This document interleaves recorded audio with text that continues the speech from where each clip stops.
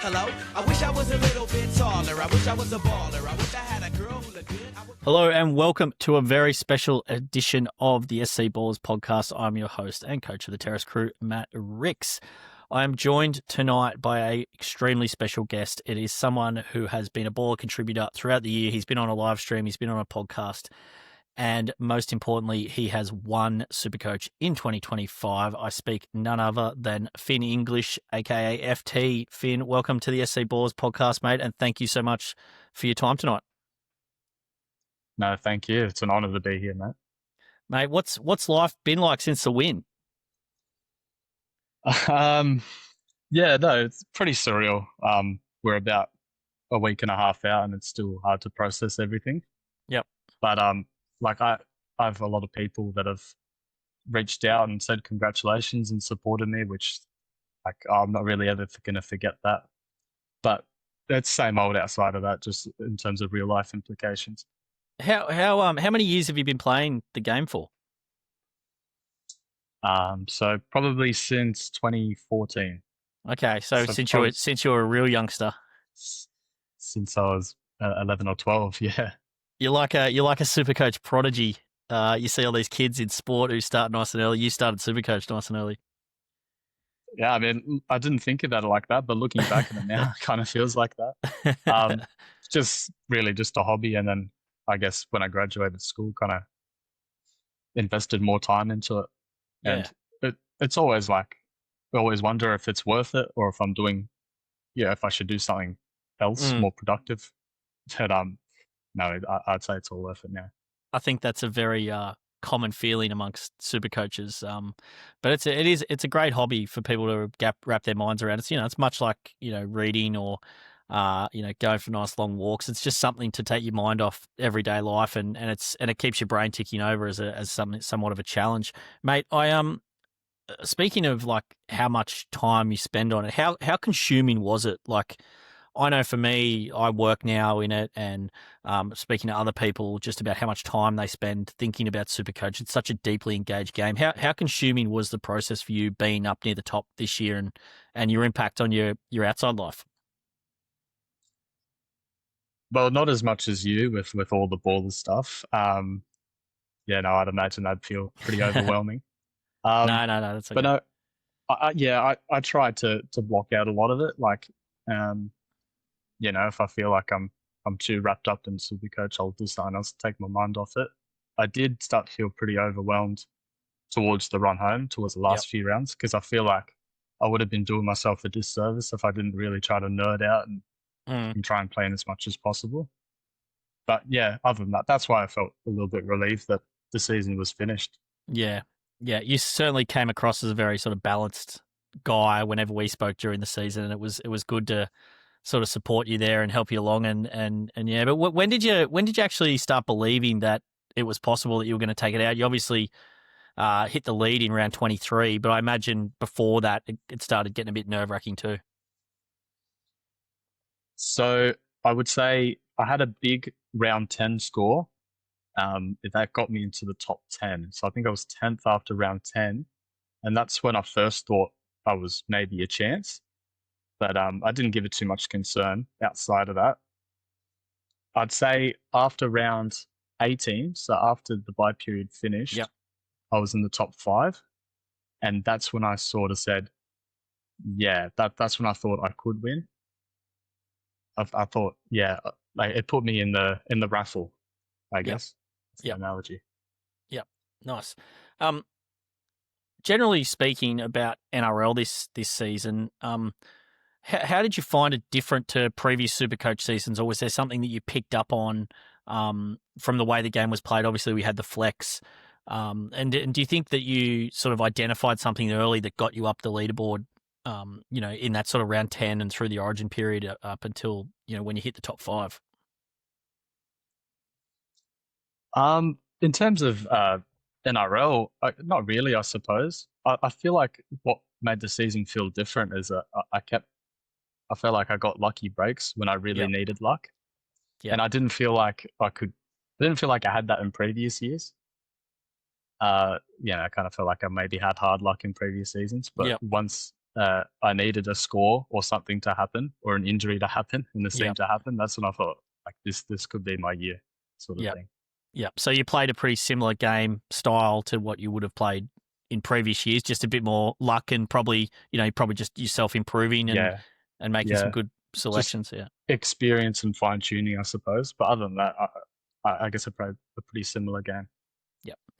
Mate, in terms of let's go back to the beginning of the year and your initial team build.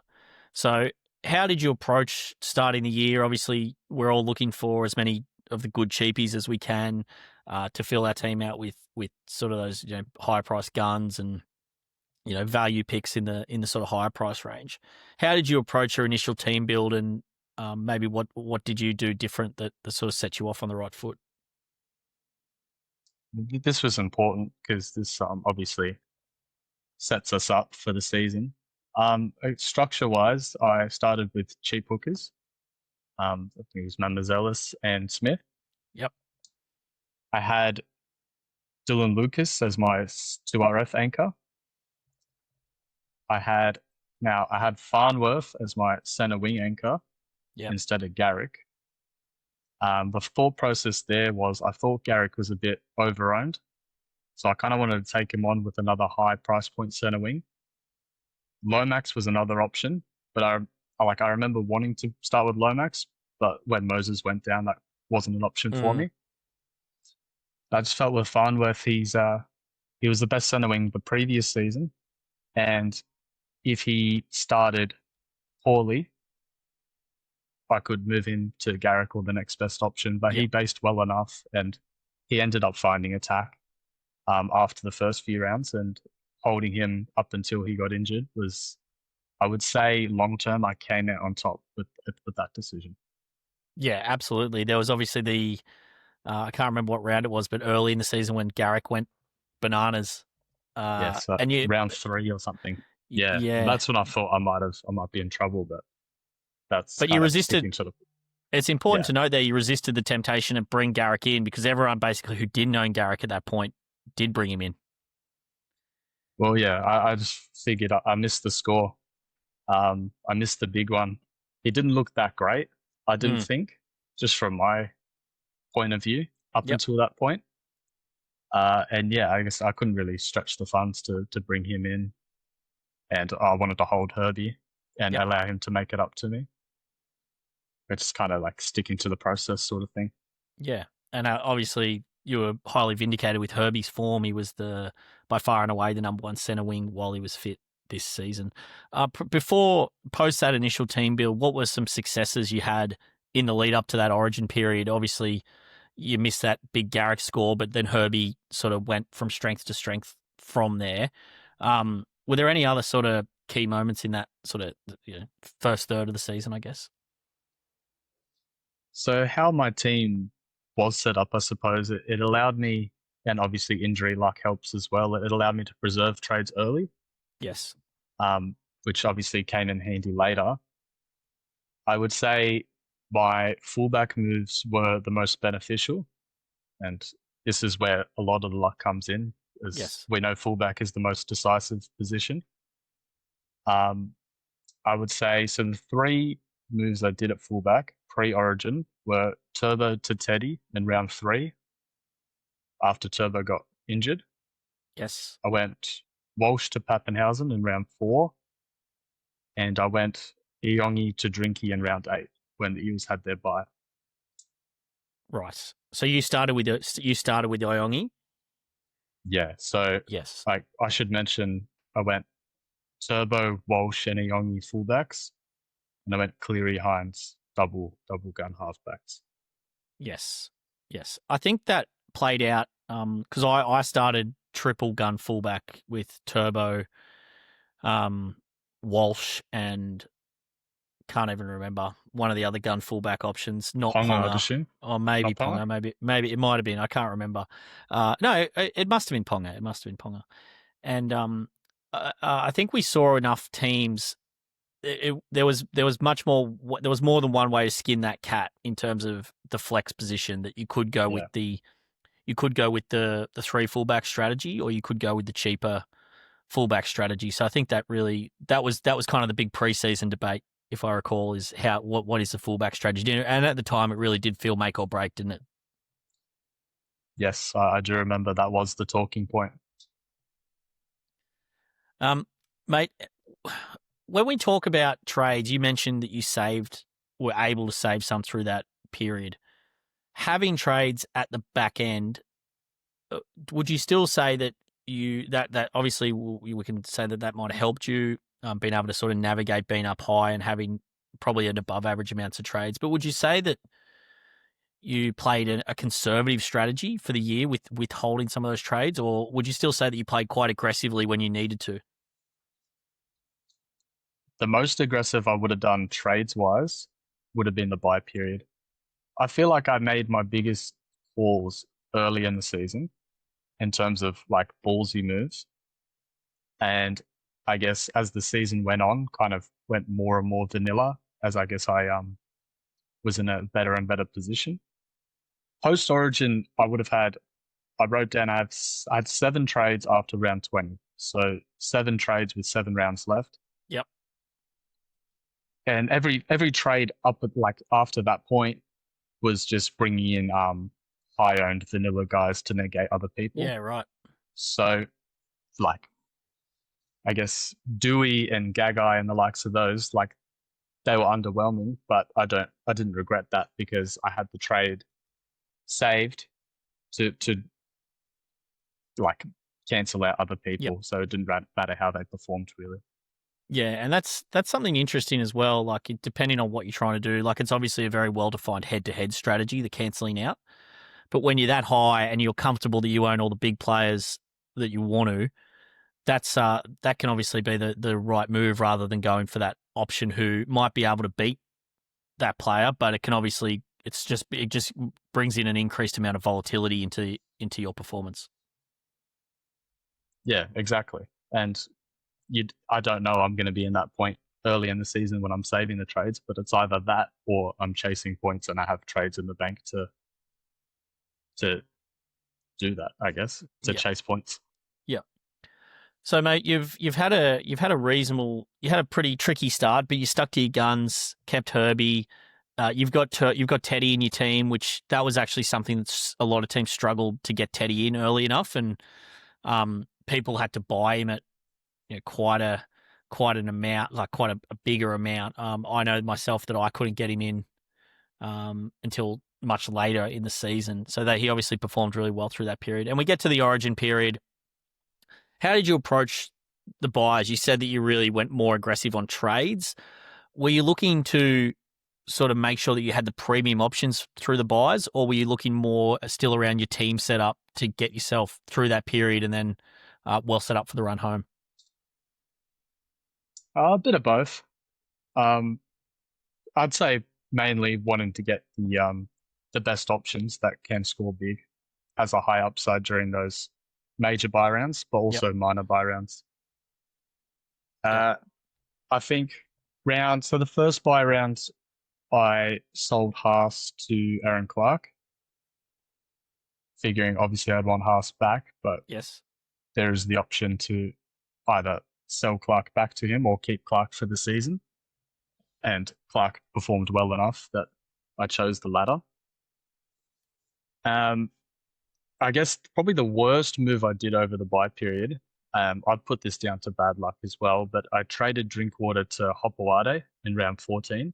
Yes. When Lehigh had scored well, had the negative break even, Drinky had the high break even heading into the Storm game. Drinky scores well, Lehigh gets knocked out in the first 10 minutes. So what I ended up doing, I copped the punch in the mouth and I swapped them back in round 15. Yeah. And I made maybe 60K, but obviously it wasn't worth the 2 trades. But no, I was able to justify it by having the save trades from early in the season. I think that's a really important lesson and something that it's very hard mentally to do because you've traded Drinkwater out to then go, okay, I'm just going to bring him straight back in. But if he is the optimal option in that situation where obviously Lehigh was a very clear trade out, he was going to miss a week and then Manly had a buy as well. I think I remember not long after that. So it was very difficult to keep him. But to be able to think clearly and not, I suppose, like most people, I think, would not make that move in that situation. But like you said, swallow the pride and just make the optimal move. And that trade's obviously worked out really well because Drinkwater continued to score well through the rest of the season. Yeah, you're right. It would have been a hard pill to swallow. But yeah, I mean, Drinky was the best option, I thought, that week going up against the Dolphins. He was one of those premium options that could score big. That would hurt me if I didn't own. Yep. It turns out the Dolphins pumped them anyway. I don't think he scored very well from memory, but yeah, I'm not unhappy with the process. You mentioned the Aaron Clark trade in. I think that was one that really worked out. Just looking at my own trades that week, I brought in Joe Tarpany for. I don't think it was for Haas, but I brought in for Dylan Egan that week. I still had Egan at that stage. But yeah, I think that ended up being quite a nice trade. Obviously, Clark was pretty much the number one front row forward through that bye period and sort of through really till sort of around 20, maybe 22, 23, something like that. Yeah, sounds about right. Yeah. I don't know if, obviously, the other popular options from Haas were Tarpany and Fanua Blake. Looking back on it, I don't know if those players would have been worth it from Haas to go back to Haas. But I think Clark scored well enough for that to be a beneficial move over the course of the bye period. The thing I'm taking away from this, mate, as a fellow super coach, and I'm sure the listeners as well, is it's not a smooth ride, is it? There's a lot of bumps along the way. There's a lot of luck required, as you said, but you've had your fair share of bad luck in here this season as well. But it's about not compounding the bad luck with bad decisions. So trying to stick to your process and just continually make as many good decisions as possible and let them compound over the course of the season to put yourself in the best position. Is that something that you were pretty conscious of? Yeah, I'd like to think so. I mean, there's a lot of swings and roundabouts in this game, so it's pretty easy to bounce back after a down week. I think it'd be beneficial to realize that as you're going along the way. Mate, before we get to sort of the run home and how you've mentioned already a bit about how you sort of played a more defensive strategy, but just a more broad question about the flex. Obviously, that was the big change this year from a gameplay perspective. I want to just understand a little bit about how you used the flex during the year. I was certainly of the approach that I tried to keep a fullback, the 3-gun fullback strategy pretty much the whole year. But I know other players didn't do that. What was your approach with the flex sort of post the Yongi trade out? I had 3 fullbacks there all season, besides the 1 round of the Drinky to Lehigh there. Yep. So, yeah, it was pretty boring in my case. I know people used it for other players and positions, and then you could swap them the following week, and that worked out well if you could play it right. For me, it allowed the ability to, I guess, for lack of a better word, manipulate scores and loops. Say if you had 18, 19 players, something like that, that's when the flex really comes handy. My most notable use of that would have been in the last round. Playing the round by ear, I left Drinkwater in the flex spot all round. It allowed me to switch my captaincy late to Lomax before the last round of the season. Yes, and you ended up holding Drinkwater in that last. Did you not use your last trade, or you did in the end? I did. On the Saturday, I went kick out of Preston. Right. What was the rationale there? Was Kickow, was he injured or something that week, or was? Oh, it's just that. Or was it a cancellation thing? Cancellation, yeah. Gotcha. So I think the 2 teams that were having a good round and on my tail, they didn't own Kickow, but they owned Preston. So he was a dangerous pod against me, was the only reason, really. And he was coming off the 150 or 140, whatever he got against Penrith the week prior, wasn't he? Exactly. And like if Preston went 140 again and Kickow top to 30, I only won by 80 points. So if I didn't use that trade, and that happened, I would have lost. Mate, I'm going to bring up your season wrap on Baller Wrapped here quickly, if you don't mind. And yes. Just Not at all, want mate. to just wanted to talk about in conjunction with the flex and the loop strategy that you employed. You used 4 VC loops for the year, which is probably about around the average number of loops. How did you find that approach with the vice captain? Did you find it was something you were more conscious of? What's my strategy for this week with vice captain and captain, especially given obviously we had the option to do 2 fullbacks. Was it something that was kind of front of mind in your weekly planning? Yes, a bit. I did. I did plan to use the VC a lot more this season, just because obviously the flex allows the 2 fullbacks, and also because a player drops out of your 18, it's Yep. more conducive to looping. I remember my first loop, I think another mistake I made was, I don't know if you remember, but when Jaden Campbell got ruled out during the round uh, with an ankle injury, I think Yes. they were gonna play Canberra, and I accidentally left him starting on field and the reserve on Yes. Munster, Yes. and I had the VC on Pappenhausen. So I can't remember if there was a clear standout captaincy option that round, but I took the 85 or whatever it was Yes. Did from he? Sorry, mate. from yeah, I was just gonna say from vice captain Pappenhausen. Just took his 85. Because you were going to have to take that AE anyway, regardless. Yeah, Yeah. I decided I was gonna hold Campbell, so I just Yeah. took it. Yeah. It certainly is I was a big advocate for making sure that you gave yourself the opportunity to loop. And I suppose that's that. I suppose we may as well just chat quickly about Nuffs while we're at it there, because obviously if you've got a very deep squad, that really reduces the impact of being able to loop, because you're going to probably end up with a worse AE. What was your general approach on Nuffs, and did you start the year with any, and how many did you sort of end up with by the back end of the season? I started with Simpkins. Tukey. Ideally, in an ideal world, I don't think I would have started with any of them, but there was no one to really grab at that last front row spot from memory. Yeah, no, Yep. there wouldn't have been anyone justifiable. So I went with the one Nuff. And because cash gen was fairly easy this season, I forward planned. I thought I'm going to grab a couple more and run with a squad of 23. So I think by the end of the buy period, I traded in Kalani Going and Kane Bradley, Yep. who ended up being a round 18 number and a number later in the year. Yep. So yeah, I don't think I would have gone any more than 3. So I'm happy with that. What about you? Yeah, I was the same. So I started with 2. So I think that was the big decision. So I started with Tukey Simpkins as well, and Miles Martin from Canberra. So that allowed me I started with 1 in the 2RF and 1 in front row. So that way I was able to shuffle my front row and second row, because obviously we had Tino and Horsburgh as well.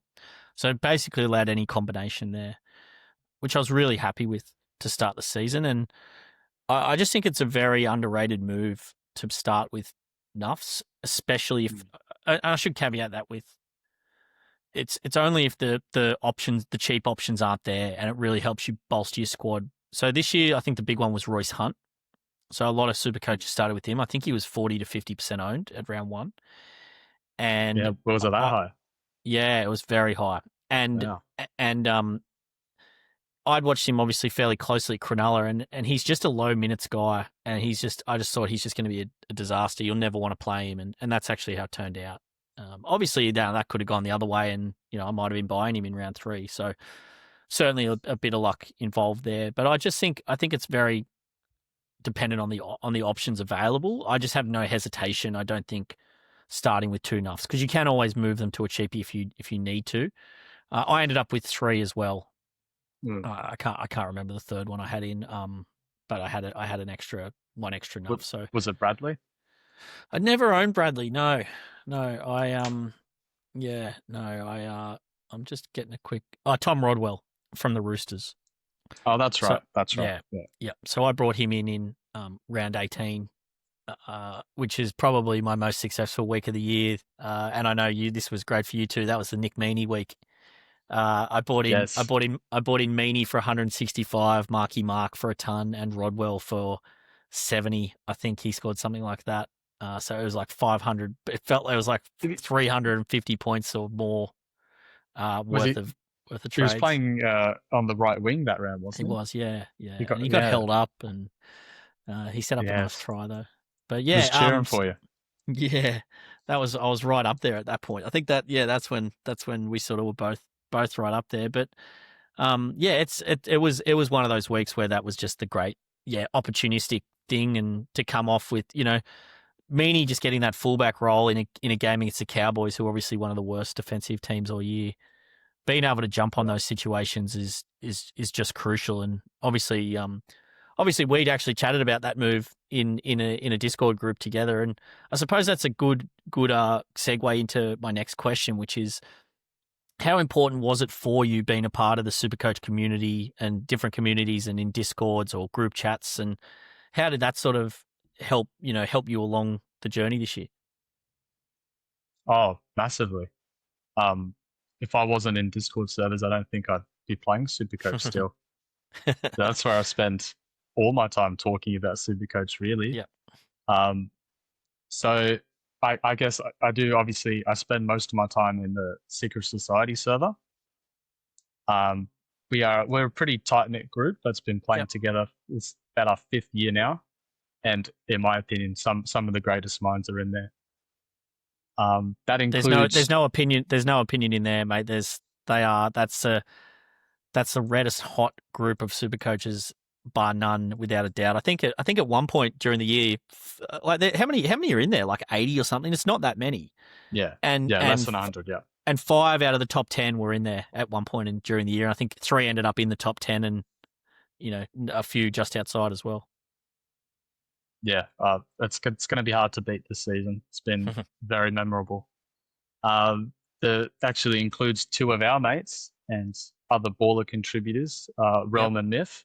Yep. They ran a subscription group inside the Supercoach hub, and it was really successful. I would have consumed all the content that they put out every week, Yep. and it was great food for thought, honestly. And also, this was my first proper season really consuming all the baller content as well, and the tools and everything that you guys provide, which definitely helped along the way. So I do really appreciate all that. Is it something that sort of the sort of what we're trying to do at Baller with, obviously the modeled projections and analytics that sits kind of underneath the surface level scoring? Is that sort of how you sort of like to, even before this season, is that how you like to think about the game, and sort of more what's, just I suppose lower, underneath that surface level data that's sort of more publicly available? Sort of, yeah. And that's where you guys were really helpful, because you don't see it anywhere else. So yeah, like the projections were really good. Yeah, obviously you add your secret sauce over the top. With everything, it's a big melting pot, isn't it? It's not just projections, or it's not just rankings. It's like being able to understand the roles that players are playing within teams, and ownership, and the sort of more game theory elements of it all. Like it's a big melting pot of decision process, isn't it? Yeah, and obviously a lot of it comes down to luck. But if you have the most information available to you, and you think about it in many different ways, and you can come to your own conclusion, I think, yeah, I mean, that's how we've been kind of going about it. Mate, so we've got through the buy period, and you're pretty well set up, and as you mentioned, you played quite a conservative strategy. Was that your mindset going into the run home? You said you wanted to have 7 trades for last 7 rounds. Is that how you sort of foresaw that going, or was it a bit more dependent that you were still up there so high, and you thought, I've got a really nice squad here, I can kind of just keep cancelling out, and if I play well, and I'm going to put words in your mouth here, but if I get my captains right, then that'll allow me to be, stay up really high? So that's pretty accurate. That's how I thought about it. Well, I guess we'll talk about captains maybe a little bit later. But yeah, I mean, that's kind of how it worked. It just happened that I had 7 trades after round 20. Like I said before, I was after the big meanie game, and Yep. we're gonna that's gonna be one of the more memorable rounds for us. Hey, like Yeah, that's absolutely. yeah. I mean, yeah. So I was fifth after that round, and that's where I thought, yeah, like I'm gonna play real safe and conservative here. I went Pappenhausen to Edwards in round 19. Yep. That's actually when Edwards rested, but I Yes. do remember. Obviously, he got ruled out 24 hours out or something. But I already traded out Pappenhausen. Right. This is when we kind of uh, what's the word I'm looking for? Speculated that it was more than just a calf tightness sort of issue. Yes. Yes. Well, they And weren't giving any information about that injury, were they? They were just that's another big lesson is you can't trust clubs with injuries at all. Yep. Like at all. No, the physio is really the most valuable resource on that front. Like the honesty and transparency that he gives, just not giving a shit about what clubs think. He's just going to tell it how it is. Yeah, and exactly. Because he's not tied to anything, is he? So he'll just So, and obviously he's very knowledgeable and resourceful. So I think he's the man to listen to. Yeah. I was going to say, I think obviously I knew Edwards was ruled out, but I just held him because I think I might have taken a loop that round, or maybe, or I just had 18 and had a good I think that was score. Yeah. So yeah, maybe it was Horsburgh or something against Newcastle. Yep. That sounds about right. Yeah. So I think I just took his score as a third fullback sort of thing. That was a week where numbers were really tight. It was a mini buy round, sort of post Origin, and I remember trying to fill squads. That's actually a week that I really made a huge mistake on my own team, and I actually see that as a big sliding doors moment because I brought in Nathan Cleary that week accidentally. I traded Jaden Campbell into my team for Cleary. I was going to bring Cleary in, but he didn't start, and so I thought, okay, I'm just gonna bring Campbell in instead. But my trade never went through, and I got blessed. So Cleary scored a try in the second half off the bench.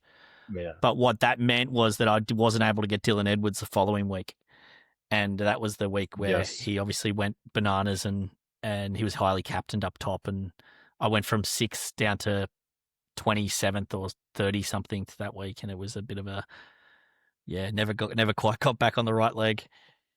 I felt for you then, mate. I didn't realize it was an accident. I thought you intended to have Cleary in there. No, yeah, big accident.